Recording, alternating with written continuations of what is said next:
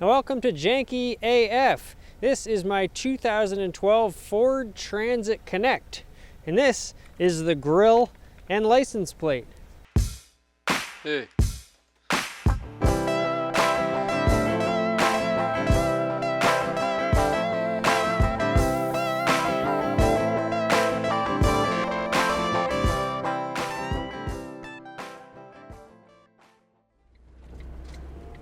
Alright, welcome back to Janky AF. Today we are reviewing the great 2012 Ford Transit Connect. This is my personal work vehicle. I've had it for about just under 3 years. I've put just about 10,000 miles a year on it. I bought it around 84. Right now I'm up to about 113. Hopefully that math checks out and I'm not a complete doofus. And I wanted to present the Transit in all its, sober and honest glory. So here we have a myriad of things inside the car, your duct tape sunglasses and your ramen noodles just in case you need a quick work break, and your sort of like tough hands in case you're getting the dry cracked hands in the winter, all under a pair of socks, Lizzie the lizard, all your necessities of a work vehicle. And obviously you've seen many an old van in Home Depot with their dashboards just covered. I think I'm doing all right. I'm maybe about 40% saturation on the dashboard, not too bad. But I wanted to, this is a work vehicle, so we're reviewing this as a work vehicle. What is this like to, essentially live out of every single day? And I gotta say, after 3 years, it's pretty great. Now let's do a little bit of backstory to the Transit. These were originally, I think, first came out in '02, the first generation, but that was in Europe. They didn't see the US market till around 2009 or 2010. And then they were only here for about 3 years because in 2013, I believe, the Ford introduced the new Transit. Now there's two series, a smaller and a bigger one. But this is the Transit Connect, and one thing I really love about it is it's very European. You look at the front fascia, which you can see I've painted since the introduction, and you look at the side, it's got these little scallop lines. It's got a huge greenhouse. When I first bought this car and I test drove it down in Hudson, I got in and I felt like I was sitting in a gunner bay of a fighter jet, because it's just this massive greenhouse. Now, of course, I've gotten used to it, but it is a pretty nice place to be. It's fairly comfortable. It rides like a car, and indeed this was based on the Focus platform. A lot of your switchgear in here, your shifting knob, a lot of stuff is based on the Focus compact sedan. And so this vehicle was actually made in Turkey, and I believe somewhere made in Croatia, although my mechanic told me this one, I don't know if he knows that from the VIN or if he was just reading the same article I read, but it's either made in Turkey or Croatia. And so if you want, you can look up there's a very funny story about how this car was imported, the chicken tax. There's a great channel, Shooting Cars, and he does a great breakdown of that. So if you want to learn more about that, you should check out his review of the Transit Connect, which is very good. And Janky do Thanky. So we're looking at a 4-cylinder. Now, interestingly, they also made this car as an EV, which is and I think it was sort of an aftermarket conversion, but Ford, was selling it as a Ford EV. So that was very ahead of its time. So there's lots of little sort of like strange trivia and stuff that surrounds this car. Also, I just like it because I think personally, I don't have anything to back this up, but when Ford, when Chrysler and Mercedes were in cahoots with each other and they released the Sprinter, and the Eurovan became like a big deal. It was a big hit. It was a very tall roofed, fairly narrow cargo van. So I'm guessing Ford just wanted to get something to market as soon as they could, and they didn't have anything in there, they didn't want to develop something from scratch, so they took this European model and they threw it out into America. But still, whenever you see these, I always wave at one because they're such a unique looking vehicle, and I really like that. So just to finish up with the history, you're looking at a 2.0 liter 4-cylinder engine, makes about 136 horsepower, around 128 pound-feet of torque. Nothing special, whatever. It's probably a Focus engine, a Duratec or some other thing. It gets you where you need to go. And mileage, they say, is 21, 27, and I would vouch for that because I think I get right around 23 every single time, which isn't bad considering you can carry you know, a 28-foot ladder on this ladder rack. I fit a 28-footer and a 16-footer and an 8-foot step ladder, and then a 6-foot step ladder and a 4-foot step ladder in the back of the truck. So, or the car or the van. That's the funny thing about this. Is it a truck? Is it a van? Is it a car? I don't know. It's just a transit, you know? And that's kind of a cool thing about it. One thing also, if you read Wikipedia, you know, I'm a huge fan of Ford Aerostars, and in theory, Wikipedia goes out of their way to say it a bunch of times. This is sort of like the Aerostar is the ancestor, or the predecessor to this model. So there's a direct lineage and a direct connection there that I think is very cool, because it was sort of like a half passenger, half cargo, just like the ultimate vehicle of versatility. You can almost use it for whatever you want. Now the Aerostar had barn doors as an option. This has barn doors in the rear full time. There's a railroad track test. Now, one thing you're going to notice in this car is it is loud. It's bumpy, it's rattly, it's shaky. When I first got in here, in addition to the giant greenhouse, I was also like, I thought this thing was going to fall apart. But you get used to the rattles, you know, and in a work vehicle, who cares? You get used to it. You turn up your tunes, you rock out, you almost take pride in how many things are falling and shaking around you as you drive around, because it's just, you know, that's it's a work vehicle. Again, it's built for purpose and functionality, and if there's comfort or amenities, well, that's a bonus. And speaking of which, I really like the interior of this car. It says it has Bluetooth, but then when you hit the phone button, it says can't connect. But then, honestly, if I'm paired up with my little, cheap Bluetooth receiver that they have now, Bluetooth works fine. I can talk in it, and I never know if the person hears me, but they always seem like they do. I don't have to like lean up to the phone and scream at it. All the AC controls are laid out fairly simply. And I will say the AC blows cold and the heat blows hot. So like, in the winter especially, you crank this baby up, and after a couple minutes it really gets going. Now I live in the Northeast, so it's very important to me that the heat works.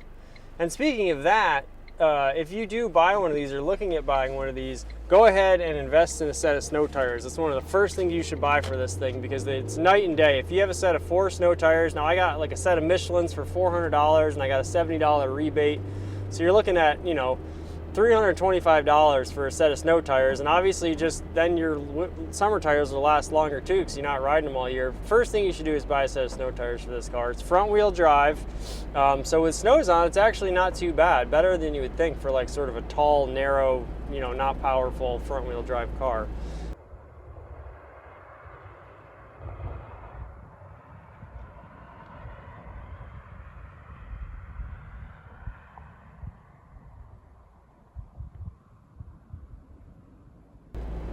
Yeah, and it's just been a really great car to have. Now, in terms of maintenance, when I first bought it with 84,000 miles on it, I bought it as a fleet vehicle. Obviously, you can see this wrap, and to be honest, I was such a sucker for this yellow. 2 things that sold me on this car, the yellow and the roof rack. And the roof rack is fantastic. As I was saying, I fit a bunch of ladders to it, strapped them down with a ratchet strap, drove it out to Buffalo, handled it no problems, making all sorts of noises, but they were tight as a tiger on there. It was just the strap sort of whipping against the roof, but handled it no problem. Cruised along the freeway 75 miles an hour with cruise control.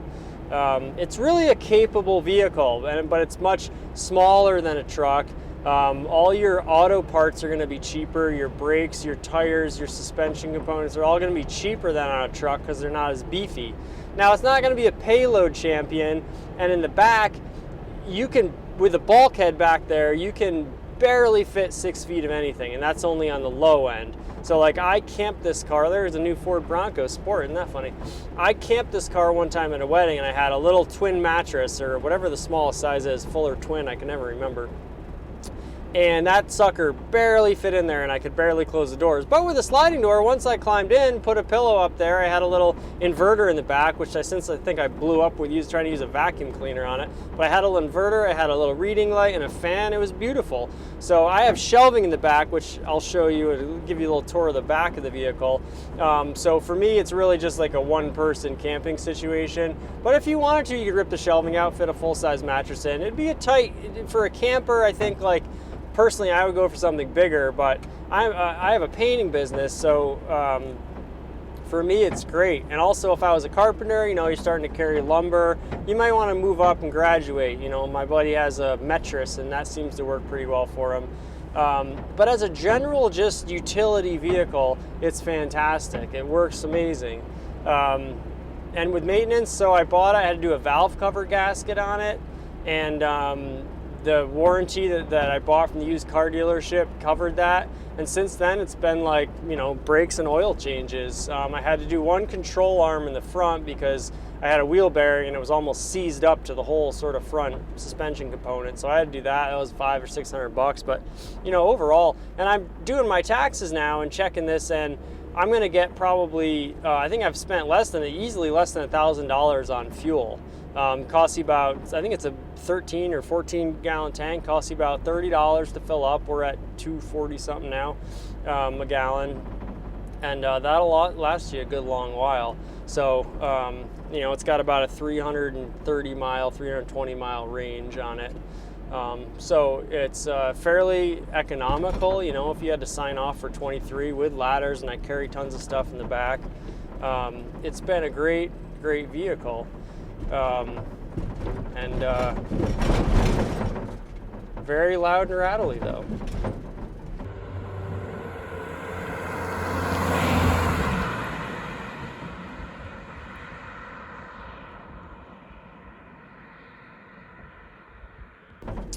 So that's from a utility standpoint, you're not going to have a lot of size, and can't fit a lot of stuff in it, but it is very tall. The interior has these great little shelving up here, so you can fit all sorts of snacks and treats, or baseball gloves, as I have, because sometimes we like to take a baseball catch break at work. It's very comfortable overall. It's coming to a stop sign here. And that's my, those are my initial impressive thoughts. I don't want to have this review go on too long. If you have anything specific you want to ask, feel free to ask about it.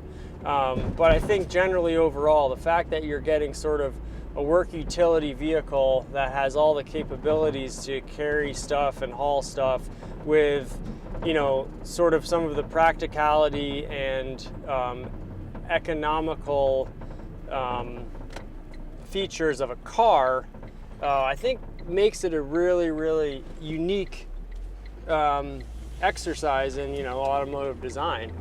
Now in Europe they got a diesel engine with a 5-speed standard, and that to me would be like the ultimate combination. I wouldn't even mind a petrol engine, because that little engine is not bad. Like I said, you can cruise on the highway pretty easily.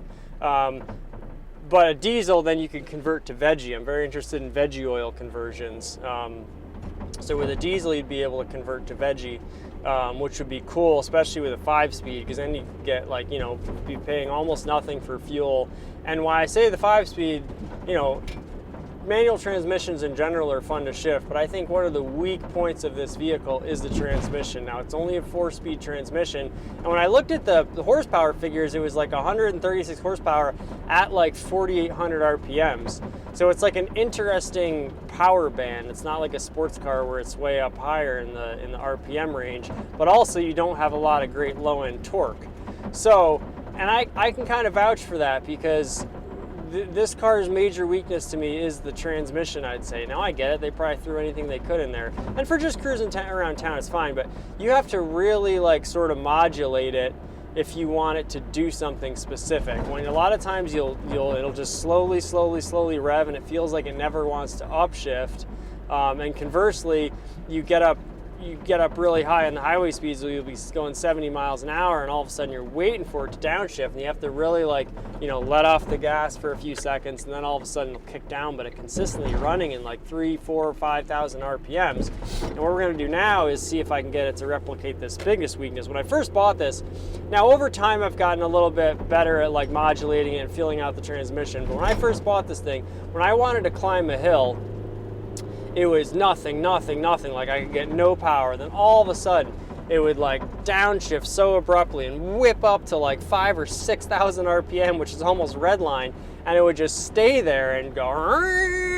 And then and that would be one thing, but the really funny thing was then, even though I was only halfway up the hill climb, because it thought it had done its job, then it would kicked down again, and all of a sudden now I still don't have enough power to get up the hill, and I've just revved the engine like crazy, and then because then it realized it didn't have enough power, it would surge up to like 6,000 RPM again. So it's really kind of frustrating, kind of funny, but over time you kind of like figure out how to modulate it. And let's do a little hill pull right here and see if we can replicate it. And other annoying things, the other really annoying thing, there it goes, 6,000, and then you let off a little bit and it shoots all the way back down to 3, and then it realizes, oh shit, like we need to go there, and it revs up to 6 again. But then it can't stay at that high rev, so it kicks down, and all of a sudden you're just jumping between these two extremes. It's ridiculous. So that's kind of funny. But, you know, the other thing I'll say is brakes have been really, you know, it seems like I've had to change the brakes really often on this thing. In fact, over the winter, I think a brake, you know, pad got some moisture in it, and it ended up essentially exploding because I hadn't changed the brakes. You know, they weren't like barely even pulsating, and all of a sudden it was like metal on metal. I think one of the brakes got some corrosion in it, some water, and then heated up and just like completely exploded because it was buried in a snowstorm for a second. And we got a big snowstorm one day. So it seems like I've had to change the brakes fairly often. That seems like maybe a little weak point. And again, I do live in a very hilly area, which probably explains the transmission issue. But the nice thing about this, you know, there's another critique I have in general in automotive world. Now it's just like drive, neutral, park. This thing has second and first gear. So I can just on a hill pop this thing into second and engine brake. And it's pretty nice. You know, it saves me a little bit of braking. So we're just about home here. I know I've let this interview go long, and I've sort of, or review rather, and I've rambled a decent bit, but I just, those are my impressions on it. I think, you know, every car is a great car, and this car has so many great aspects to it. Plus, you get lots of looks. It's bright yellow. People call it the school bus, the magic school bus, the honey wagon, you know, the bumblebee. When my girlfriend drives it, she gets tons of funny looks, which I find amusing. And because when you see someone get out of this thing too, it's so tall, it's very funny.